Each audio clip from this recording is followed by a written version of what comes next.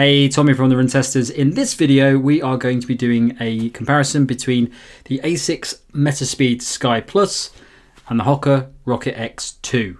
Now, myself and Nick were both sent the Metaspeed Sky Plus from the guys over at Sport Shoes. We're not paid to do this review. We can say whatever we want, but big thanks to Sport Shoes for getting us these shoes so we could do this review. Right, let's dive in.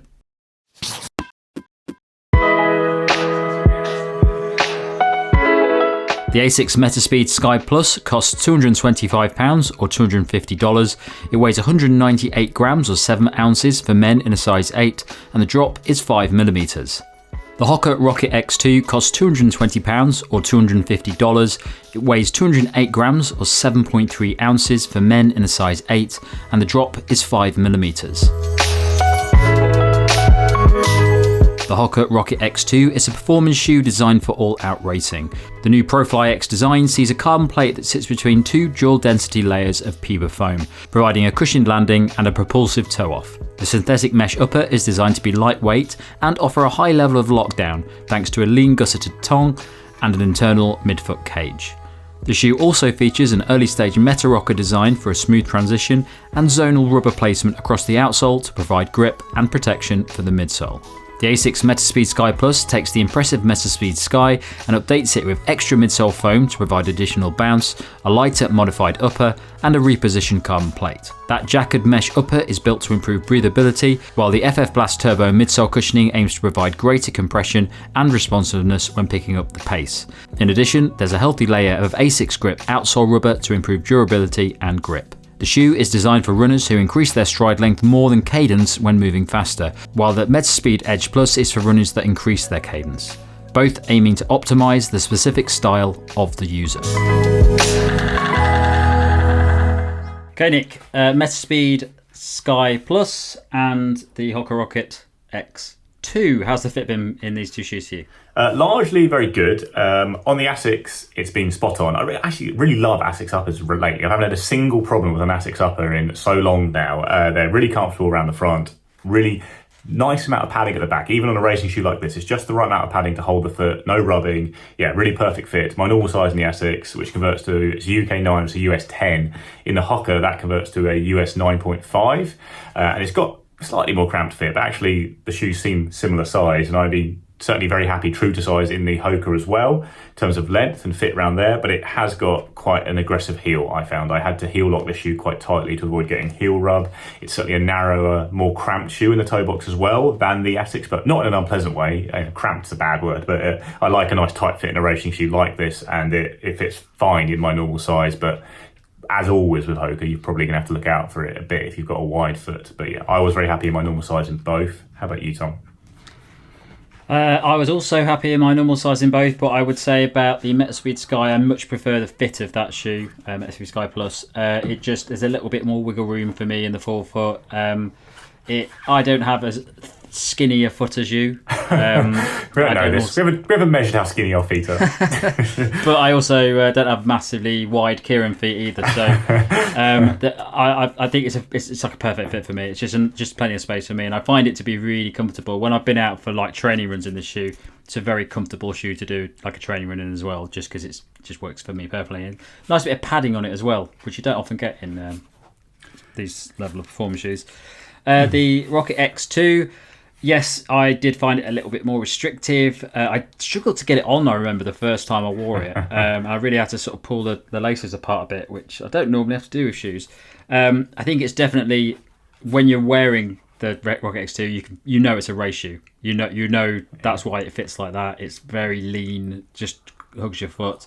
And as a result, I don't like wearing this for like training runs or stuff. It's purely for race day for me. I wouldn't look at this and go, it's going to be a comfortable, tempo run or something like that. It's a race day shoe for me, and I wouldn't use it for anything else. And also, there is less padding on it, so it does feel a little bit, there's not as much comfort in this shoe. So I'd stick to my size, but yeah, definitely worth thinking that the Hoka might be a problem for people with wider feet. Okay, so we've done quite a lot of runs in these now. Nick, how have the run tests been for you in both of these shoes? Good. I like both of these shoes. Metaspeed Sky Plus was always a bit of an odd one. It came out last year and a real glut of shoes, and we kind of tested it. I raced in it, I PB'd in it over the half marathon, and kind of moved on thinking, oh, I really like that, but it's not my favourite one. Been revisiting a bit lately, just because I was really enjoying the FF Turbo phone and the Super Blast, but also got this cherry red colour, which is obviously a lot of fun to play with. And I really like it. It's a really excellent super shoe, probably slightly underrated in my eyes now that I've gone out and used it again, but I feel it's a slightly more demanding super shoe than most, including the Hoka Rocket X. The foam's a little bit firmer. I think you really have to hit a good pace and be running hard and running well to engage the plate and the foam in the most effective manner. Like, I noticed it when we talked about it in the review, when I did a half marathon out of the box. Felt amazing, but as I tired towards the end, I feel like it's a shoe I can rock back on a little bit and not really get the best performance from it. And then I was doing a session the other day whilst wearing it, running. What was I running? I was running K reps. There was slightly longer reps basically in the shoe. And again, I felt like, okay, I've got to focus a bit here, I've got to engage, lean forward a bit, and I'm going to get more from the shoe when I do. And it feels a bit firmer. When you are running well, I think it really is almost as good as anything out there, just a bit firmer, probably slightly less bounce than some of the other shoes, slightly less of that squishy feeling, but yeah, very, very fast. And that's as someone who is not a, whatever they call the runner for this one, the bounding runner. I'm a shuffly runner, and I still really love the Sky. How about you, Tom? Yeah, I've had a little bit of a re-interest in it because of you. I think we I can't remember which video we were doing. We were talking about revisiting shoes, and the Metaspeed Sky Plus came up. And I think when we were testing this originally, and the original Metaspeed Sky, I wasn't in a period where I was training for a marathon or anything, so I didn't really get the best of it. And I think during that period, I think there was a lot of new shoes that got released just after it. So my attention went towards some other shoes. And I sort of forgot about it. And then recently I've been wearing it quite a bit. Well, sports shoes are just as sent as these, and we've got this new colourway on it. So I've been trying it out again. And now I'm marathon training. I've been using it for quite a few of my interval sessions and fartleks and things like that recently. And I'm really enjoying it. I think I mentioned earlier that it feels like a more comfortable shoe for me. Like I can actually go out and do an easier run. I wouldn't go out and do like a slow run in it, but easier than a race pace. And I still feel it's quite comfortable and accessible and relatively natural feeling. And I think that's why I like it, because it doesn't feel very aggressive to me. It just feels like it's got all of the elements of a super shoe, but probably wouldn't wear it instead of some of my other shoes. Like, it's not as fast for me as something like the Vaporfly 3 and things like that. But it's just it is a really nice performance shoe. I think if you were buying your first top end carbon race shoe and your comfort was one of the deciding factors, I think this would be a good option. That's interesting. So I think we're probably going to differ on both shoes then quite a lot. Because like I said, I think it's quite a demanding shoe. You've got to be running well to really go and nail runs in it. Whereas I think the Rocket X2 is a really accessible super shoe. We're probably going to differ on this as well. But I think it's quite soft, it's comfortable, you can just slip it on and you can go and run hard. And I think you really feel how much bounce you're getting from the shoe quite, straight away. It feels like a very springy shoe, very exciting shoe to run in. And I have loved running in the shoe and racing in the shoe. But I think over time, I feel like the foam doesn't perform quite as well as the foam on the Metaspeed Sky Plus. I said it in a few of the videos. I feel like over a long run or a long race, I feel like I lose a little bit of the bounce towards the end from the Rocket X2. Whereas I think the FF Turbo phone just never does that at all. It's really consistent, delivers a high level of bounce throughout runs. I think I maybe not bottomed out as too big a work, because it isn't bottoming out entirely. I said that in the reviews, but that is what's happening. It's just losing a little bit of that spring for me. But I still think it's a really great shoe, and I think I've done some track sessions in it. The grip's exceptional as well, which is a thing you don't often hear with super shoes, but it's quite a thick layer of rubber. I've done a really wet track session. I was amazed how good the grip was. But yeah, I do think you're going to notice it straight away, how bouncy and springy it is. I think it might work for more people as a result. I think it might feel a little bit more accessible maybe than the Metaspeed Sky Plus. I get the feeling you're going to say something entirely different here, Tom. I've used the Rocket X2 a few times now, and I definitely think it's fast. I think it's faster than the Metaspeed Sky Plus. What I find about it is that I think that carbon plate, that the experience from the carbon plate is very, what's the word? It's like there's a lot of not energy return, but it's like the torsion from the the plate really does like flip you forward quickly. And I think that's great for, if you're running fast. I just don't, when I'm not running fast, it feels like I'm not really running in it effectively. And almost like I'm holding the shoe back a bit.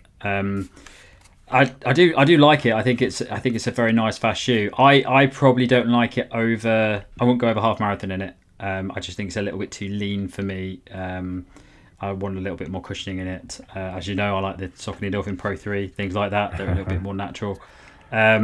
So yeah, I don't enjoy it. I don't think it's as comfortable. I don't think it's as enjoyable a shoe to wear as the Metaspeed Sky Plus. But I do think it's faster and definitely, for me, does feel a little bit like it's doing more. It's really propelling you forward a bit more. Fair enough. Okay. And for all the things you just said, I think the opposite. Perfect. Let's do the verdict. Well, on the last bit, yeah, you were talking about the outsole there. Yeah. I've actually picked up the wrong shoe here. I should have picked up the you've not ripped that one off as well, have you? No, I've not ripped this one, but I did completely tear off the back section on that. I'm doing that with a lot of shoes. What are you doing to shoes right now? Like, that's great. Actually, to be fair, there is a point on the outsole, which is if you're a heel striker like myself, the Metaspeed Sky Plus, the rubber doesn't go all the way to the back there, and it hasn't happened to me yet. I think I've only done a couple of runs in this one, but you will start to flake off the rubber there as a heel striker. You won't do what Tom does, which is to just remove entire sections of rubber, which I just find bizarre. It's only happening on shoes where the rubber starts at the back. Okay. Metaspeed Sky Plus, it's fine. All of those sorts of shoes that where you must just scuff your foot very slightly in a weird way. It just picks up the rubber. So there is a problem though with few shoes, because I think a lot of us had that with the Cloudbeam Echo 3, didn't we? But I think you're the only one who's done it to this one. Yeah, I've got a problem. Okay, so Nick, verdict for these two shoes. I think I know what you're going to go for, but go for it. Both very good shoes. Both actually slightly lower drop shoes within the super shoe category. That's really the case with the Hoka Rocket X for me. It feels very low for the very low drop. I think it's so soft for me at the heel, but I do prefer the Metaspeed Sky Plus. I just think it's a shoe that I think it's never really let me down. I've always performed really well in the shoe, and I think I should start using it a bit more just to ride that out. Because of all the PBs I've set in shoes in recent years, the only ones that have been set in non-Nike shoes have been the Metaspeed Sky Plus, and both times it was the first run in the shoe. I did my 10k PB in the original and then my half marathon PB in this one, although that was only 2 seconds on a downhill course, so I really can't give it too much credit. But yeah, I do think when I'm on it, engaged, leaning forward, really putting a lot of force into the shoe, running hard, I get an enormous amount back from it. I really feel like I can run hard in it, and it's very comfortable and really, really quick. Just like I say, it's a shoe that I have to be aware of, a bit like the Mizuno Wave Rebellion Pro. You have to think, run well, don't start sitting back, don't lose your form too much, because then it doesn't work as well for me. Whereas I think the Rocket X is a shoe that works pretty well for just straight out of the box, because it is nice and soft, feels fun, feels really bouncy, it's good. But I think in terms of performance over longer hard runs in particular, I think it loses out a little bit to the Metaspeed Sky Plus, so I'd get the Asics myself. How about you, Tom? Well, Metaspeed Sky Plus for me. Oh, interesting. So even though you think the Hoka Rocket X is faster, you would go for Metaspeed Sky? It's this thing with shoes, like I definitely use the Metaspeed Sky Plus over marathon distance instead of the Rocket X2. Yeah. I just think it's really it ticks a lot more boxes for me than the Rocket X2. I just think it's more enjoyable to run in. I don't think there's much in the speed. If I was to pick out the top 5 carbon plate race shoes out at the moment, these two would be in my top 5. Okay. So it's very marginal difference, and I'd rather take a very, very tiny hit on the speed of them for the comfort and the enjoyment that I get from it. So I will go for the Asics Metaspeed Sky Plus for that.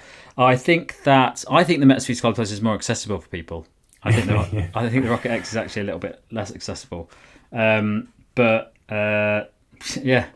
I've said all this stuff before, but puzzle out why we think so differently. This is a completely useless versus for most people who try to decide between these two shoes. Well, we're different styles of shoes. Maybe it's weird then to say that I think the Metaspeed Sky is the hardest shoe. Maybe because I'm shuffling. You are a slightly more boundy runner, so maybe that's why you think it's more accessible. But yeah, it's odd. Yeah, well, sorry about that, guys. You basically just take your pick. Both good shoes, though. You're not going to go too far wrong. They're both fantastic shoes, and it's a very difficult decision to make. And I'd be happy racing in either of these, but I would just go for the Asics Metaspeed Sky Plus if I was push came to shove. Fair enough. It doesn't need to come to shove for me. I would just go for the Metaspeed Sky Plus.